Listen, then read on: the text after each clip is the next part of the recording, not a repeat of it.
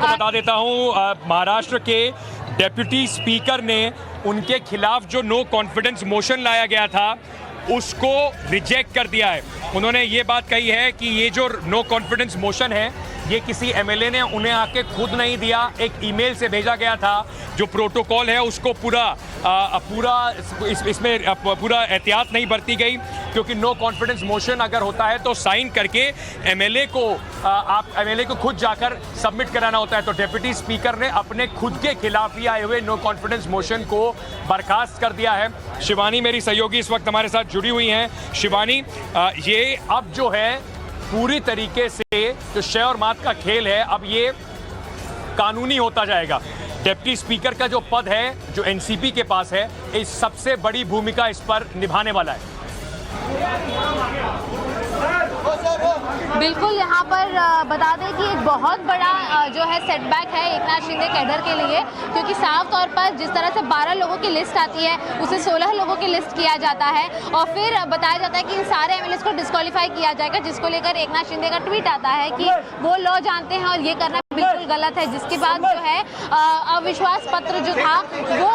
उनकी तरफ से डिप्टी स्पीकर के खिलाफ पर बढ़ाया गया था आगे, जिससे कि कहीं ना कहीं डिस्क्वालिफिकेशन पर रोक लग गई थी। क्योंकि यद्यपि यह अविश्वास पत्र आगे रहेगा तो डिप्टी स्पीकर जो है, माफ चाहती हूँ मैं, वो किसी भी तरीके का फाइनल निर्णय नहीं ले सकते, किसी एक एमएलए को भी वो डिस्क्वालीफाई नहीं कर सकते। इसीलिए ये मोशन आगे बढ़ाया गया। लेकिन सीधे सीधे तौर पर डिप्टी स्पीकर का कहना है कि गलत ईमेल आईडी से जनरेट हुआ है, ये किसी भी ऑफिशियल ईमेल आईडी से नहीं आया है, किसी भी एमएलए या किसी भी पार्टी के ऑफिशियल ईमेल एड्रेस से ये नहीं आया है, इसीलिए इसे एक्सेप्ट नहीं किया जा सकता। यानी कि अभी भी एकनाथ शिंदे को अगर डिप्टी स्पीकर के आगे अविश्वास पत्र रखना है तो उन्हें ऑफिशियल आईडी से इस सारी चीज़ों का काम करना होगा और ऑफिशियल आईडी का इस्तेमाल वो कैसे कर देंगे वो देखना होगा। लेकिन जिस वजह से एकनाथ शिंदे के खेमे में थोड़ी सी ज़्यादा भरोसा और मजबूती देखने को मिल रही थी वो यहाँ पर वीक होती हुई नजर आ रही है। इसके बिल्कुल पहले कल एक दिन हमने देखा था कि डिप्टी स्पीकर द्वारा ये भी खबर सामने आई थी, जहां उन्होंने ऑफ कैमरा जानकारी दी थी कि कुछ सिग्नेचर्स ऐसे हैं जो कि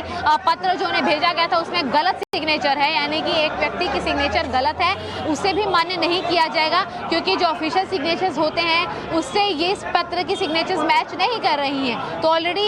एक जो था वो मुश्किलात खड़ी थी शिंदे खेमे के लिए। लेकिन अब जब ये स्पीकर ने खुद के खिलाफ ही इस पत्र को खारिज किया है तो आगे जो है लीगलिटीज जो है वो आगे बढ़ेंगी, क्योंकि हमने सुबह ही जिक्र किया था कि सुप्रीम कोर्ट का दरवाजा भी जो है इन एमएलएस के खिलाफ जो एक्शन लिया जा रहा है उसके खिलाफ जो है दरवाजा खटखटाया जाएगा। तो कहीं ना कहीं जो डिप्टी स्पीकर द्वारा फिलहाल पत्र को खारिज किया गया है उससे ये साफ हो जाता है कि स्टेट गवर्नमेंट के हक में जितनी भी चीजें होनी है उसमें से कहीं भी शिंदे खेमे को कोई भी राहत नहीं मिलेगी।